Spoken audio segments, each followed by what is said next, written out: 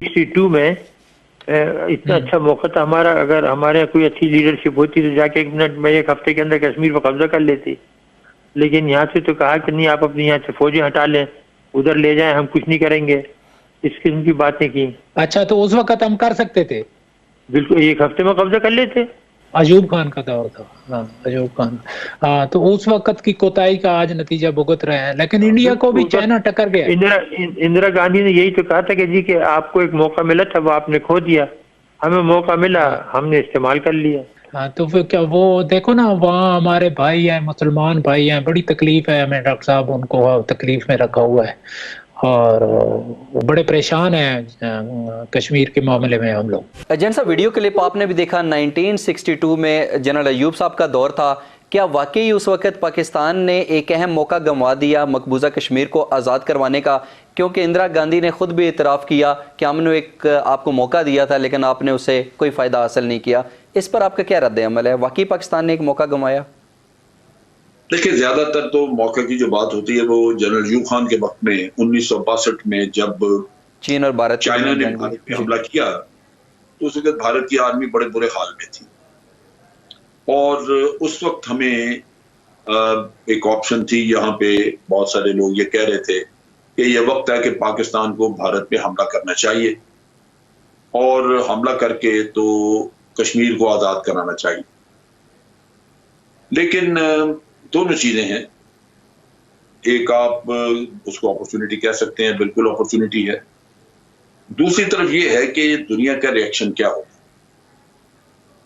दुनिया ने लाजमन ये कहना था कि जनाब आप ने बड़ा गलत काम किया, भारत एक तरफ जंग लड़ रहा था कि आप ऊपर को पीछे से पड़ गए, तो शायद हमें सियासी एतबार से उस वक्त बहुत ज्यादा मुश्किलात आती। हम लोग अमेरिकन इन्फ्लुएंस में काम कर रहे थे और बावजूद इसके कि हम अमेरिका के इत्तेहादी थे, चाइना चूंकि अमेरिका की चाइना के साथ दुश्मनी थी या चाइना को रिकॉग्नाइज नहीं किया हुआ था और चाइनीज ने वियतनामियों की मदद करके अमेरिका को वियतनाम में बड़ा टफ टाइम दिया बाद में। तो इन हालात में अमेरिका जो है वो चाइना के खिलाफ था और वो कभी भी नहीं चाहता था कि चाइना के खिलाफ जब भारत लड़ रहा हो तो पाकिस्तान जा लड़े भारत के खिलाफ। सही। तो मेरा अपना अंदाजा है कि उस वक्त अमेरिका ने भी रोका होगा, क्योंकि हमारा मसला ये है कि एक छोटा मुल्क होने की वजह से हमें बहुत सारी चीजों में हम डिपेंडेंट है, बाहर इकोनॉमी के मामले में और चीज, तो हम वो कदम उठा नहीं सकते। काफी जगह पे कंप्रोमाइज भी करना पड़ता है, कंप्रोमाइज करने पड़ जाते हैं। तो एक तो ये, दूसरा आपकी कौम का एक मिजाज है। सही।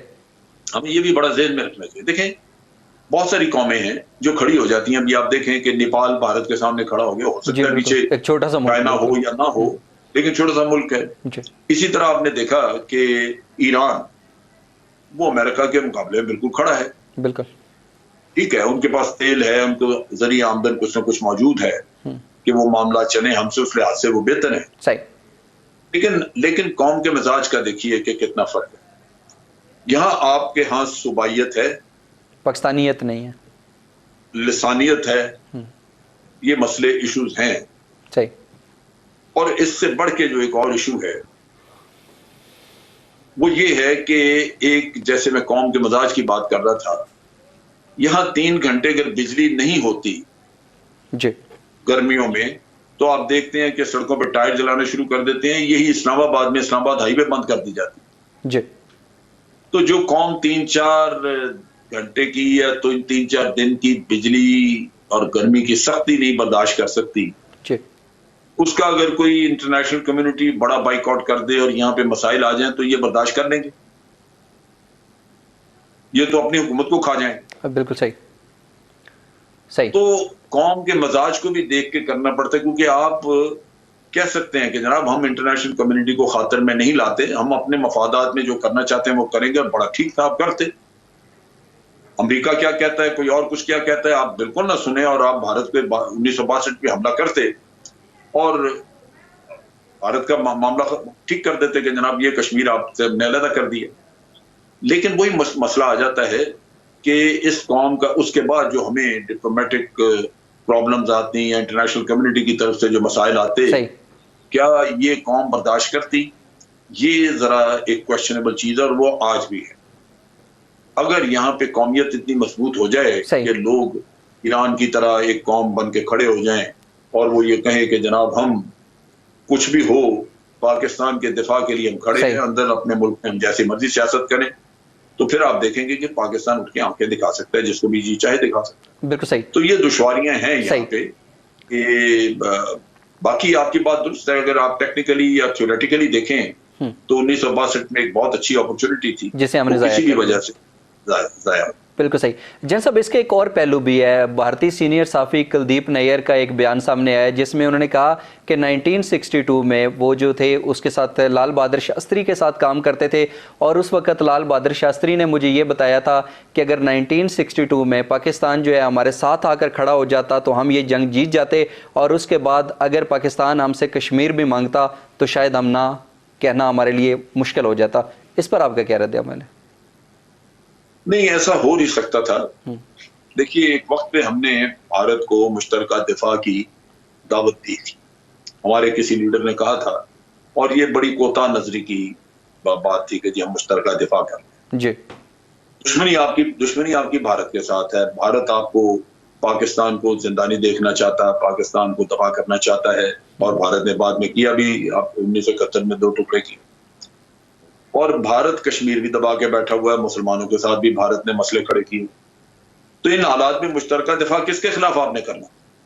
सो ये एक इंतहाई लख किस्म की उस वक्त किसी लीडर ने ये सजेशन दी, सही, तो काबिल अमल नहीं थी, काबिल कबूल नहीं मानी, लेकिन वो पब्लिक में काबिल कबूल नहीं थी। सही। फिर मेरा ख्याल है ज़िया उल हक साहब का दौर था या कोई और, मुझे एग्जैक्ट याद नहीं। तो ये भी कहा गया कि भारत के साथ नो वॉर पैक्ट कर लेते हैं। भारत को कहा कि हम नो वॉर पैक्ट कर लेते हैं जी।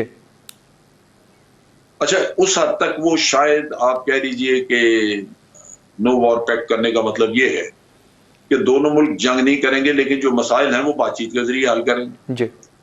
चलिए, ये भी हो जाता।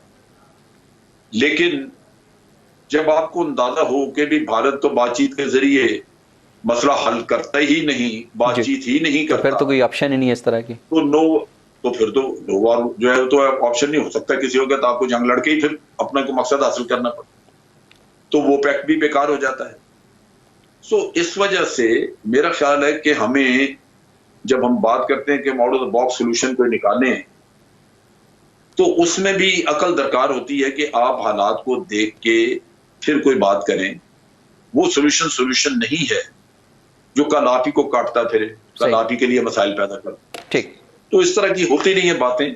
लेकिन बहरहाल चूंकि ये मामला तय ना हो सके, ना ही इसलिए माजी का हिस्सा है। हम बिल्कुल सही, तो माजी की तारीख का हिस्सा है। बात करने को तो ठीक है, हम बात करते हैं, लेकिन हकायक ये है कि आज हम भारत के साथ फिर आमने सामने खड़े हैं। सही। और कश्मीर का मामला बहुत संगीनी से सामने आया हुआ है।